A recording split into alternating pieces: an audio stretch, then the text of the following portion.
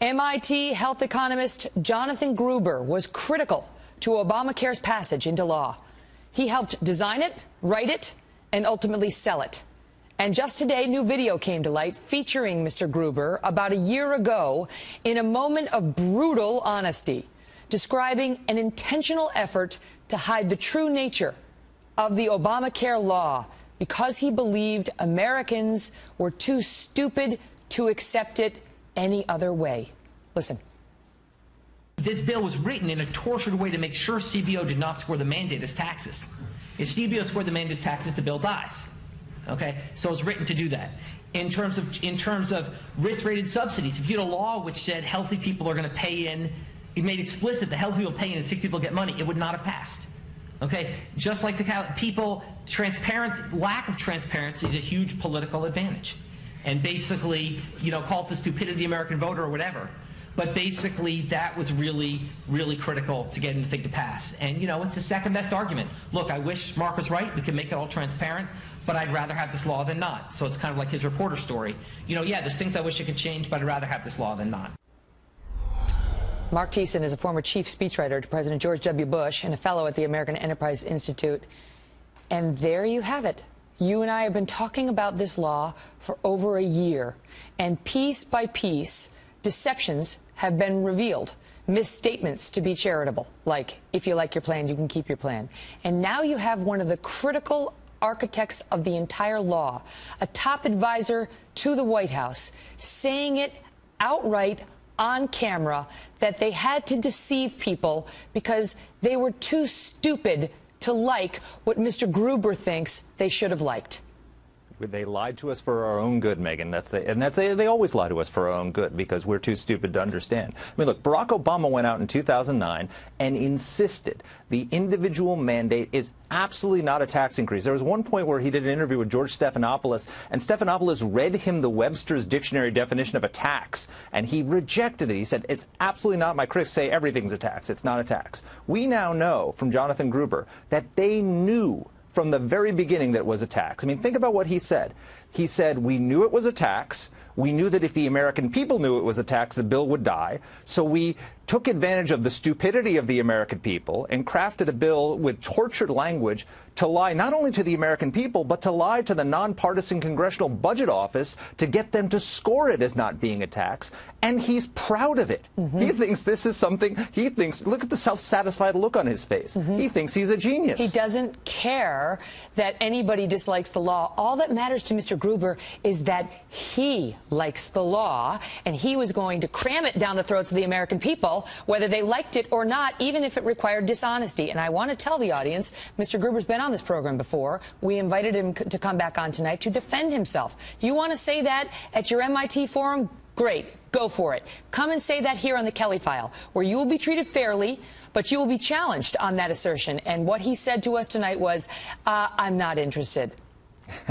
I'm not surprised. I mean, look, if you want to know how condescending this guy is, he actually wrote a comic book to explain Obamacare because, of course, we're not smart enough to read chapter books, so he has to give us a comic book. And in that comic book, he said, and this is a quote, the mandate, the individual mandate, is the spinach we have to eat in order to get the dessert that is fairly priced health insurance. So this is the liberal view of America, that we are all too stupid to know what's good for us, that we need experts like Jonathan Gruber to feed us our spinach, and if they have to hide the spinach from us, if they have to lie to us about it, if they hide it in our food, that's okay as long as they get the outcome they want. That's clear when you listen to what he said, when he talks about how if you had a law which said that healthy people are going to pay in, and you made explicit, do we have it?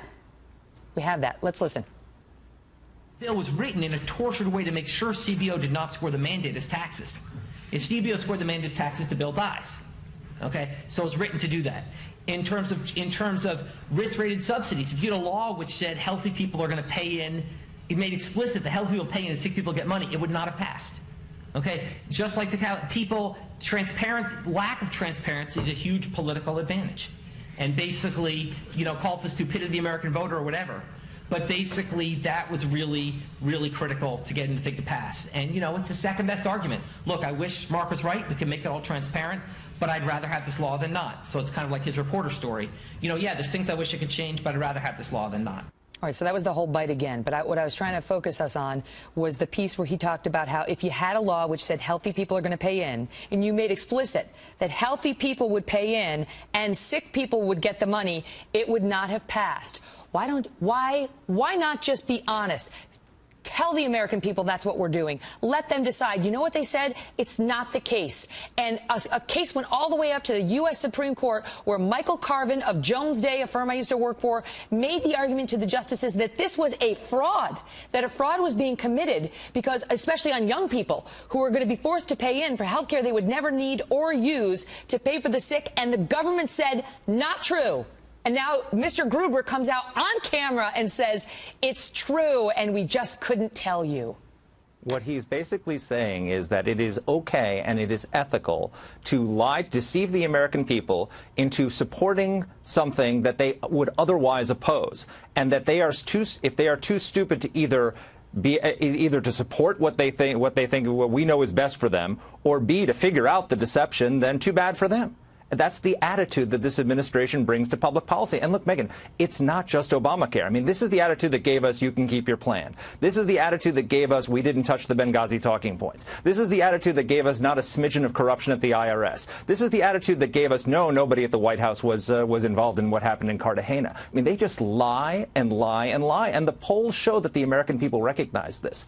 A Fox News poll a few months ago, 81% of Americans say that Barack Obama lies at least from time to time on important matters. I mean, think about what that says, that 81% of the American people think the president lies to them about important matters. And here we have just one more piece of evidence showing that that is true, and they're proud of it.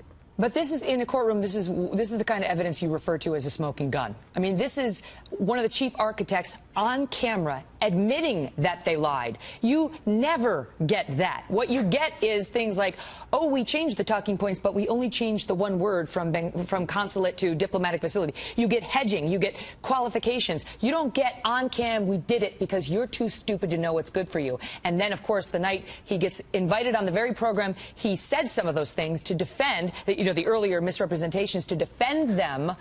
I'm not interested. You know what? We're no longer interested in you, Mr. Gruber. And 28 Democrats who voted for that health care law just got fired by the American people because eventually they realized they had been lied to after the U.S. Supreme Court said, you know what? We're on to you. It is a tax. They didn't care because it wound up being a legal victory on the merits. But one by one, the misrepresentations have come out and the American people have had their say. Mark, I'll give you the last word. No, you're exactly right. I mean, look, it's one thing for us to point it out on television. It's one thing for the Washington Post fact checker to say that Obama committed the lie of the year. It's entirely another thing for the architect of the individual mandate, the man who convinced Barack Obama to support the individual mandate, to admit that they lied, that they think the American people are stupid, and that they know what's best for us. And if it takes lying to us to get what they want done, they're willing to do it. That's the biggest indictment, self-indictment that this administration has ever had. Wow.